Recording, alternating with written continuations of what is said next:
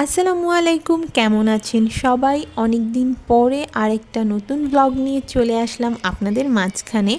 আমি এখন থেকে চিন্তা করছি রেগুলার ডেইলি ব্লগ করব। আপনাদের যদি সাপোর্ট পাই তাহলে অনেক বেশি খুশি হব।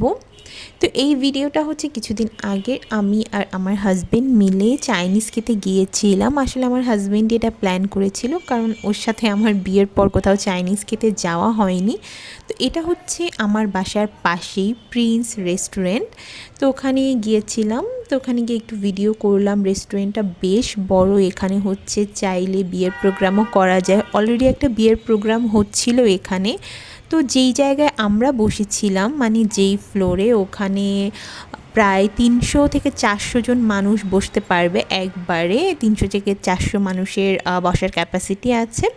তো বেশ সুন্দরভাবে ডেকোরেশন করা। তো আমরা যাওয়ার পর দেখলাম বেশ ভালোই ভিড় আছে। তো আমরা যেটা করেছি, সাথে সাথেই খাবারের অর্ডার দিয়ে দিলাম, কারণ খাবারের অর্ডার আগে না দিলে অনেক লেট হয়ে যাবে। এরপরে আমি আর আমার হাজব্যান্ড মিলে ফটোশ্যুট করা শুরু করলাম, কিছু ভিডিও করলাম, সেলফি নিলাম। আমার হাজব্যান্ড আমাকে ছবি তুলে দিল।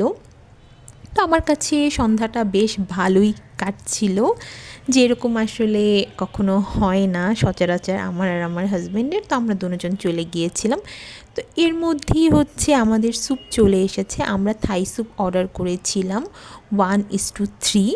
তো এটা আমরা দুজন খাবো। আমার থাই স্যুপ অনেক পছন্দ, তাই আমার হাজব্যান্ড এসেই এটা অ্যাপিটাইজার হিসেবে থাই স্যুপ অর্ডার করেছে। তো দুজন মিলে থাই স্যুপ খেলাম। এরপরে এই যে বিয়ের কথা বলছিলাম, এনাদের কথা বলছিলাম, এনাদের বিয়ে হচ্ছিল, ওনাদের বিয়ের প্রোগ্রাম চলছিল, তাই রেস্টুরেন্টে সবাই অনেক ব্যস্ত ছিল। এর মধ্যে আমাদের বাকি খাবারগুলো চলে এসেছে। আমরা অর্ডার করেছিলাম ফ্রাইড রাইস, চিকেন সিজলিং, এরপর ছিল থাই চিকেন ফ্রাই, আর ক্যাশিউ নাট সালাদ। তো সবগুলো খাবারের মধ্যে আমার ক্যাশিউ নাট সালাদটা বেশি ভালো লেগেছে, কারণ আমি এটা খেতে পছন্দ করি।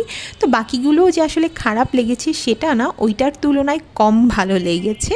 তো যাই হোক, আমরা খাওয়া শুরু করলাম। তো এর আগে আমি অনেকগুলো ভিডিও করে নিয়েছি, ছবি তুলে নিয়েছি। আসলে খাওয়ার আগে ছবি আর ভিডিও করতে করতেই খাবার ঠান্ডা হয়ে যায়। তো আমার হাজব্যান্ড বলছিল খাবার ঠান্ডা হয়ে যাবে, পরে ছবি তুলো। তো আমি বললাম যে আসলে খাবার খেয়ে ফেলে কীভাবে ছবি তুলবো। ও বললো যে না, আর ছবি তুলতে হবে না। তো তাও আমি টুকিটাকি একটু ভিডিও করেছি। আমার হাজব্যান্ড আমাকে খাবার সার্ভ করে দিচ্ছিল। তো আমার কেউ যখন আমাকে খাবার সার্ভ না করে দেয়, আমার একদম খেতে ইচ্ছে করে না বাইরে গেলে। তো আমার হাজব্যান্ড সবসময় আমাকে খাবার সার্ভ করে দেয়। তো এইভাবে আমাদের সন্ধ্যাটা আসলে খুবই ভালো কেটেছে। একেবারে ডিনার করে ফিরেছি। তো এই পর্যন্তই ছিল ভিডিওটা।